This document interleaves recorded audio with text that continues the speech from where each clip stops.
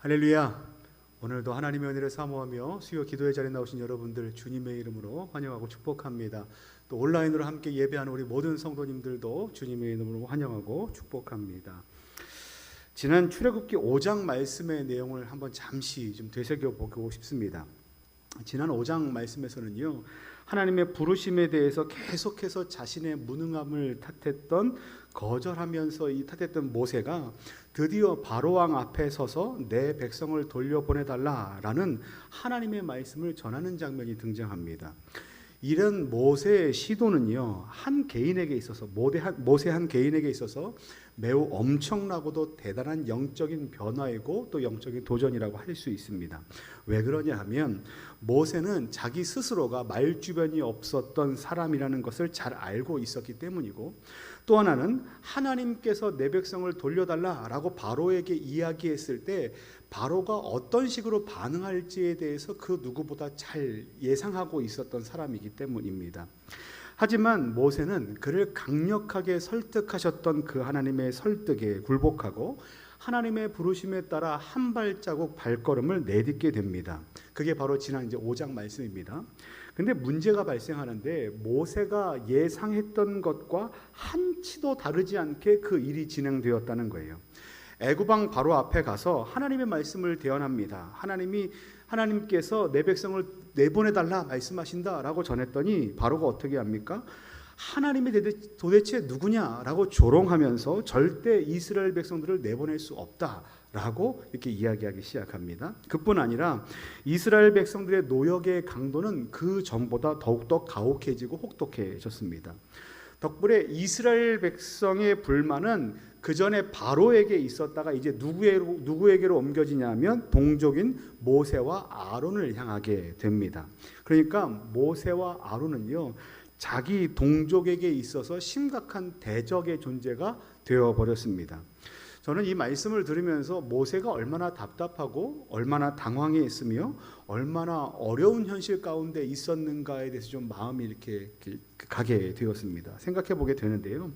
분명 모세는 어떻게 하나님 앞에서 고백했냐면, 주님, 저는 실력이 없습니다. 주님, 저는 자격이 없습니다. 능력이 없습니다라고 말을 했습니다. 하나님께 말씀을 드렸어요. 근데 그를 보내신 분이 누구십니까? 하나님이십니다. 그런데 하나님께서 보내셔서 사명을 맡기셔서 그 길로 갔는데 이스라엘 백성들이 풀려나기는커녕 지금 어떤 상황 가운데 있습니까? 더 높은 노동을 하게 되는 상황 가운데 있고, 심지어 하나님의 대사라고 자청했던 자기 자신이 오히려 이스라엘 백성들의 원망 덩어리가 되어버렸습니다. 그러니까 기대했던 상황하고는 정반대의 심각한 고난의 상황이 지금 모세에게 발생했다는 거예요. 사랑하는 성도 여러분, 저와 여러분들에게도 이와 같은 고난의 상황들이 동일하게 생기지 않습니까? 요즘 이제 청년들을 보면서 그런 생각을 하게 됩니다. 우리 청년들을 볼 때마다 참 안타깝다, 힘들다 이런 생각을 하게 되는데, 우리 많은 어른들이 청년들을 보면서 왜 빨리 취직을 못하느냐, 왜 자립하지 못하느냐, 요즘 친구들 이렇게 노력하지 않는다, 좀만 더 애써봐라 라고 말씀하시는 그러한 일들을 많이 이렇게 듣게 됩니다. 조언이지요. 저는 그런 말씀들이 어떤 그 의미에서 하시는 말씀들인지를 잘 압니다. 왜냐하면 우리 어르신 세대들이 많이 애쓰셨고 노력하셨고 수고하셨기 때문에 여기까지 오셨던 그것을 저는 잘 알고 있습니다. 근데 사실 여러분, 그 어느 누구도 좋은 상황과 좋은 현실의 삶을 살기를 마다하고 싶은 사람은 없습니다. 다 잘 살고 싶어 합니다. 그러니까 그 누구보다 잘 살고 싶어하는 사람들이 누굴까요? 청년들이라는 거예요. 그러니까 어른들이 간절하게 바라는 것 이상으로 청년들 스스로가 더 잘 살고 싶고 더 좋은 환경을 살아내고 싶고 좋은 직장에 취직하고 싶고 안정적인 삶을 이루고 싶어하는 것이 청년들의 삶입니다. 근데 어떻습니까? 그렇게 하려고 하면 할수록 더 안 되는 시대가 바로 지금의 시대 아닙니까? 그러니까 청년으로 살아가는 우리 청년들이 엄청 많이 힘들다고 이야기하는 것들이 뭐 뉴스, 다큐멘터리, 또 뭐 신문, 많은 보도들을 통해서 쏟아져 나오고 있습니다. 그와 같은 목소리로 인해서 이렇게 그 정치계에도 새로운 바람들이 불어오고 있지 않습니까? 근데 여러분, 이게 어디 청년들에게만 있는 일이겠습니까? 우리는 지금 엄청난 고령화 시대를 살아가고 있습니다. 이 고령화 시대를 살아가는 어르신들에게도 답답한 것은 마찬가지입니다. 예전에 노인이 되었다는 건, 어른이 되었다는 건요, 지역사회와 가정의 가장 중심적인 역할을 하는 분으로 여겨졌다는 겁니다. 그리고 그동안의 노고와 수고에 대해서 많은 것들을 보상받으면서 여생을 편안하게 보내도 그 누구도 뭐라 하지 않는 시대가 바로 이전의 시대였습니다. 근데 지금은 어떻습니까? 가족들이 찢어지고 분열되어 이제 핵가족화를 넘어 1인 가구 시대가 되었습니다. 요즘 시대의 노인들에게 소원이 무엇입니까? 라고 여쭤본다면 그냥 마지막까지 자식들에게 폐를 끼치지 않는 것이다 라고 말씀하시는 어르신들이 참 많습니다. 그래서 이제 여생을 쉬시면서 보내도 되실 만한 그 연세에 나라에서 주관하는 공공사업 일터에 시간을 맞춰서 나가셔야만 하는 현실이 바로 지금 노인 세대 어르신들의 상황입니다. 또 중년들은 어떻습니까? 그 사이에 끼어 있어요. 그러니까 고령의 부모님들과 늦은 나이까지 독립하지 못한 자녀 세대의 그 한가운데에 끼어서 양쪽 모두를 돌봐야만 하는 책임이 그 한 어깨에 다 짊어져 있습니다. 그러니 얼마나 힘든 시대를 살아가고 있는 모든 구성원들이라고 할 수 있겠습니까? 여러분, 제가 지금 말씀드리면서 열거했던 것은 아직 극히 일부분이기도 하고 그냥 대략적인 이야기입니다. 세부적인 이야기들을 말씀드릴 수는 없지만 우리가 좀 각각의 상황에 따라서 좀 대입해 봤으면 좋겠습니다. 하지만 분명한 것은 제가 지금 드리고 싶은 말씀은 어떤 상황에 대해서 묘사하기 위해서가 아니라 우리는 모두 다 삶의 자리에서 각자의 삶의 무거운 짐을 어깨에 짊어지고 살아가는 연약한 존재라는 겁니다. 그리고 우리는 삶 가운데서 계속해서 그 연약한 인생은 그 커다란 문제들을 마주하며 살아갑니다. 오늘 한번 이 산을 넘었다고 끝이 아니라 내일은 더 큰 산이 우리를 기다리고 있다고 우리는 생각될 만한 시대를 살아가고 있습니다. 막막하고 답답하고 고통스러운 마음과 또 때로는 의미 없어 하는 마음들, 낙심하는 마음들, 절망하는 마음들, 좌절하는 마음과 같은 것들이 우리의 마음 안에 자리 잡고 우리를 계속해서 그곳으로 끌고 가고 있습니다. 여러분, 그러할 때 과연 모세는 어떠한 방법을 선택했는가가 오늘 이제 우리가 보고 있는 말씀인데요. 모세는요, 자신을 다시 부르셨고 자신에게 사명을 허락해 주셨던 하나님 앞에 어떻게 했냐면 나아가 탄식하며 부르짖어 기도하는 일을 선택합니다. 하나님, 어찌하여 나에게 이런 상황을 겪게 하십니까? 하나님, 왜? 하나님, 어찌하여라는 탄식과 고통의 부르짖음을 하나님 앞에 나아가 쏟아내고 있는 겁니다. 여러분, 이와 같이 하나님께 나아가 탄식하며 부르짖는 기도가 바로 저와 여러분들, 그러니까 연약한 인생을 살아가는 저와 여러분들이 할 수 있는 가장 좋은 방법이고 가장 최선의 방법이라는 것을 오늘 하나님께서는 말씀을 통해서 우리에게 가르쳐 주고 싶으신 거예요. 오늘 우리가 읽은 출애굽기 6장 말씀에 보면 또 그 중에서도 1절부터 2절 말씀에 보면 그런 탄식으로 부르짖어 기도하고 있는 모세와 그리고 그와 같은 연약한 삶을 살고 있는 저와 여러분들에게 하나님께서 어떤 말씀을 허락하시는가? 1절, 2절 말씀에 보면 이렇게 기록되어 있습니다. 여호와께서 모세에게 이르시되 이제 내가 바로에게 하는 일을 내가 보리라. 강한 손으로 말미암아 바로가 그들을 보내리나. 강한 손으로 말미암아 바로가 그들을 그의 땅에서 쫓아내리라. 하나님이 모세에게 말씀하여 이르시되 나는 여호와이니라 라고 하나님께서 말씀하십니다. 앞에서도 말씀을 드렸지만 방금 전에 읽은 이 말씀은요, 삶 속에서 커다란 문제와 위기를 맞이한 모세가 어떻게 했을 때요? 하나님 앞에 나아가 부르짖어 탄식하며 기도했을 때 하나님께서 주신 메시지입니다. 그러니까 기도하는 자녀에게 하나님께서 말씀하신 거예요. 그 내용의 핵심이 뭔지 아십니까? 이런 내용입니다. 바로가 이스라엘을 내보낼 것이다 라는 것이 하나님의 메시지의 핵심이에요. 바로가 이스라엘을 내보낼 것이다. 하나님께서 확정적으로 말씀하십니다. 근데 여러분, 애굽왕 바로는 당시에 가장 큰 권력, 절대적인 권력을 가지고 있던 사람입니다. 그리고 모세는 그런 바로에 대해서 그 누구보다 잘 알고 있었던 사람입니다. 바로는 분명 쉽게 알았어, 내가 너희들 내보내줄게 라고 답할 만한 사람이 전혀 아님을 모세는 알고 있었습니다. 오히려 그는 그 문제를 정치적인 탄압의 이슈로 삼을 만한 사람이었다는 것을 모세는 잘 알고 있었어요. 마치 자기 자신의 그 앞을 가로막고 있는 거대한 산과 같은 문제덩어리가 누구라고 생각했습니까? 바로 왕이라고 생각했습니다. 그런데 그에 비해서 모세 자신은 어떻습니까? 자신의 능력과 실력은 어때요? 형편없는 거죠. 바로와는 게임이 되지 않을 만큼 매우 비루한 처지에 있던 사람이 바로 모세 자신입니다. 비교 자체가 불가능한 존재라는 거예요. 계란으로 바위치기라는 말도 있고요. 거대한 것에 맞서는 개미, 메뚜기와 같은 처지가 바로 오늘 말씀에 나타나 있는 이 모세의 현실이었습니다. 근데 하나님께서 뭐라고 말씀하셨다고요? 바로가 이스라엘을 내보낼 것이다 라고 하나님께서 확정적으로 말씀하셨다는 거예요. 여러분, 우리에게는 인생을 살아가면서 배우고 학습한 경험치라는 것들이 있습니다. 그러니까 이럴 때는 힘들 거고, 이럴 때는 문제가 해결될 거고, 이럴 때는 불가능하니까 피하는 게 상책이고, 이럴 때는 저럴 때는 각각의 경우의 수에 따라서 어떤 일이 발생하는지에 대해서 경험한 삶의 경험치들이 각각 사람에게 다 있습니다. 그런데 방금 전에 하나님께서 하신 이 말씀, 어떤 말씀입니까?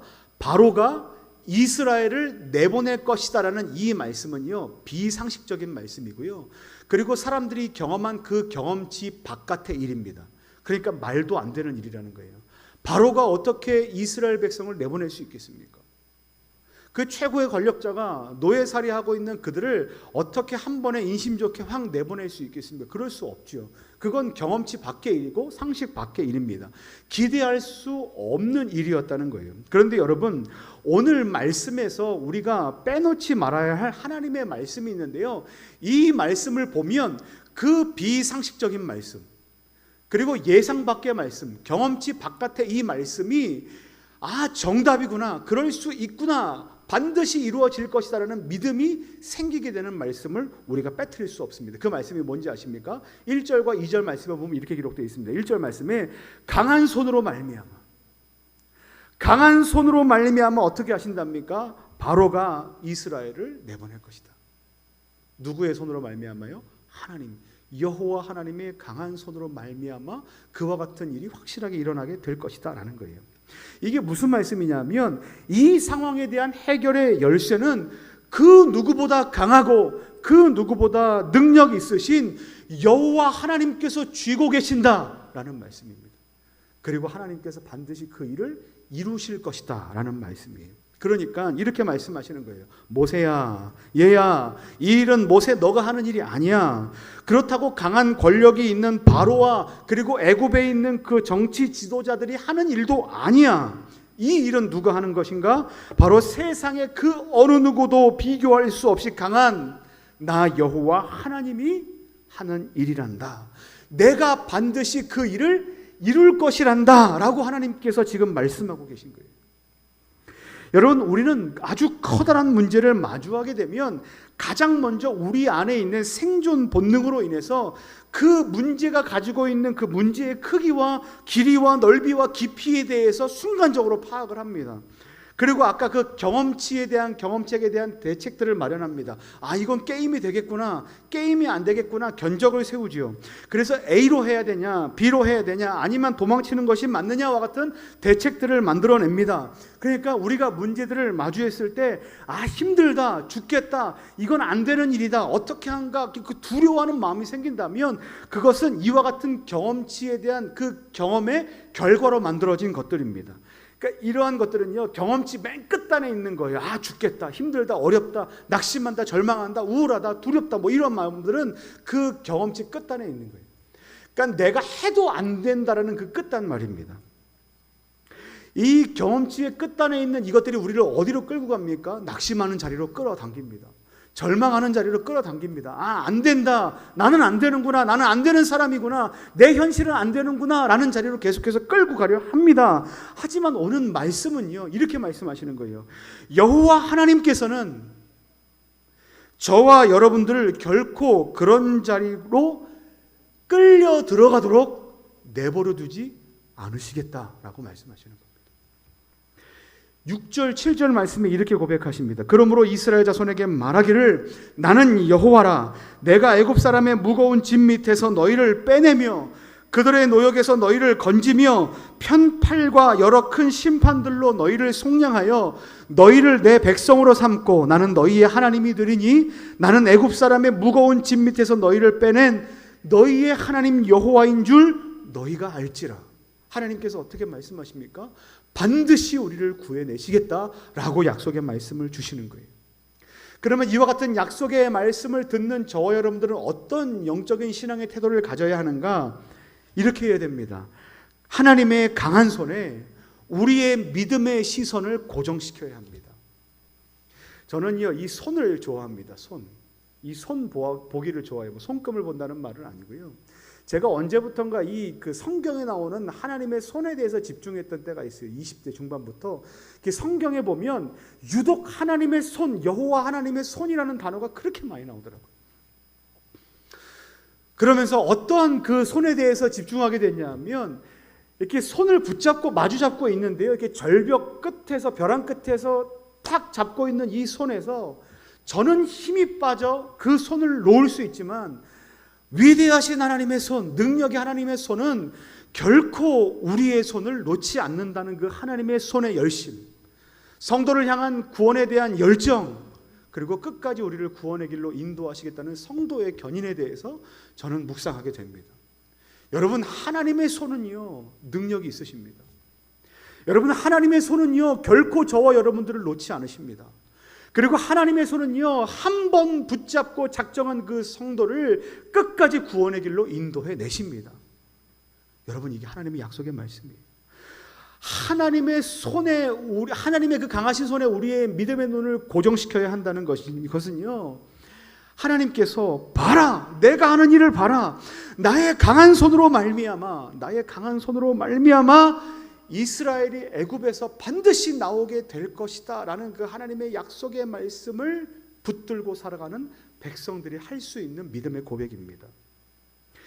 여러분, 이스라엘 백성들이 애굽에서 나오게 되는 것, 그리고 애굽 바로 왕이 이스라엘 백성들을 내보내는 것, 말도 안 되는 일이지만, 상식 밖의 일이지만 그와 같은 일을 누가 행하십니까? 바로 하나님께서 하나님의 강하신 손으로 그 권능의 일들을 행하시는 것이 바로 오늘 하나님의 약속의 말씀이에요. 그래서 우리는 어떻게 해야 된다고요? 하나님의 강하신 그 손에 우리의 믿음의 눈, 시선을 고정시켜야만 한다는 겁니다. 마치 주인의 상에서 부스러기가 떨어지기를 간절히 원하면서 주인의 손끝을 바라보고 있는 그와 같은 심정으로 하나님의 그 강하신 손을 바라보고 있어야 하는 것이 저와 여러분들의 믿음의 태도여야 한다는 거예요. 그것이 바로 기도고, 기도할 때 우리가 가져야 될 믿음의 태도입니다. 에베소서 3장 18절 19절 말씀에 보면 이렇게 기록되어 있습니다. 능히 모든 성도와 함께 지식에 넘치는 그리스도의 사랑을 알고 그 너비와 길이와 높이와 깊이가 어떠함을 깨달아. 그러니까 하나님의 그 사랑의 크기가 얼마만 하는지를 깨달아 하나님의 모든 충만하신 것으로 너희에게 충만하게 하시기를 원하노라. 여러분, 우리가 충만하고 우리가 은혜 받아야 될 것이 그냥 우리가 원하는 이 작고 바라는 어떤 소망, 소원, 케이크 촛불에 후 하고 부는 그러한 이렇게 미신적인 것이 아니라요, 하나님께서 모든 세상 가운데 충만하게 역사하시는 그 하나님의 충만한 은혜가 누구에게요? 저와 여러분들에게 임한다는 것을 우리가 믿는 믿음을 가지고 살아간다는 거예요. 누구 덕분에? 예수 그리스도 덕분에 우리는 그러한 인생을 살아갈 수 있다는 겁니다. 로마서 8장 38절 39절 말씀에 예수 그리스도로 인하여 내가 확신하노니 사망이나 생명이나 천사들이나 권세자들이나 현재일이나 장래일이나 능력이나 높음이나 기쁨이나 다른 어떤 피조물이라도 우리를 우리 주 그리스도 예수 안에 있는 하나님의 사랑에서 끊을 수 없으리라. 여러분, 우리는요, 삶의 문제를 마주하게 되면, 고난의 문제를 마주하게 되면 어디에 우리의 시선을 다 빼앗기게 됩니까? 그 문제에 우리의 모든 시선을 다 빼앗기게 됩니다. 그리고 묵상하죠. 무엇을 묵상합니까? 이 문제의 크기가 얼마나 큰지, 이 문제의 높이가 얼마나 높은지, 우리가 넘을 수 있는 것인지 넘지 못하는 것인지, 우리가 만약에 거기에 빠지면 다시 나올 수 있는지 없는지에 대한 길이와 깊이에 대해서 우리는 묵상합니다. 그리고 절망하지요. 그리고 거기에 압도됩니다. 그리고 좌절합니다. 그리고 무기력하게 됩니다. 하지만 여러분, 하나님의 손은 그보다 더 강하시고 저와 여러분들을 향한 예수님의 사랑의 넓이와 깊이와 높이와 그 길이는 그 어느 것보다 더 넓고, 그 어느 것보다 더 크고, 그 어느 것보다 더 높고, 그 어느 것보다 더 깊어서 우리를 그와 같은 문제에 사로잡혀 있게 하지 않고 결국 우리를 어떤 길로 인도하시는가? 로마서 8장 37절 말씀처럼 하나님의 사랑으로 말미암아 우리가 넉넉히 이기느니라, 승리의 길로 우리를 인도하신다는 것이 하나님의 사랑하는 자들에게 주시는 약속의 말씀입니다. 사랑하는 성도 여러분, 말씀을 마치겠습니다. 우리는 그 문제 앞에 서게 될 때 우리의 모든 마음을 뺏기게 됩니다. 그 문제에 우리의 시선을 빼앗기고, 그 문제에 우리의 마음을 빼앗기고, 그리고 거기 앞에 엎드려 이것을 넘을 수 있을 것인가 없을 것인가, 해결할 수 있을 것인가 없을 것인가, 다시 빠져나올 수 있을 것인가 없을 것인가를 계속해서 가늠하며 두려움 가운데, 낙심 가운데, 좌절한 가운데 우리의 마음을 함몰시킬 때가 있습니다. 그때 우리에게 필요한 것이 무엇인지 아십니까? 하나님의 강하신 손을 바라보는 믿음입니다. 바라기는 우리의 삶의 문제에 우리의 시선을 고정하는 성도들이 아니라 하나님의 그 강하신 손에 우리의 믿음의 시선을 고정시키시고 우리를 반드시 이끌어내시겠다, 우리를 반드시 구원해 주시겠다 약속하신 하나님의 그 약속의 말씀을 우리의 삶 가운데서 믿음으로 경험해 내시는 저와 여러분들 되시기를 예수님의 이름으로 간절히 축원합니다.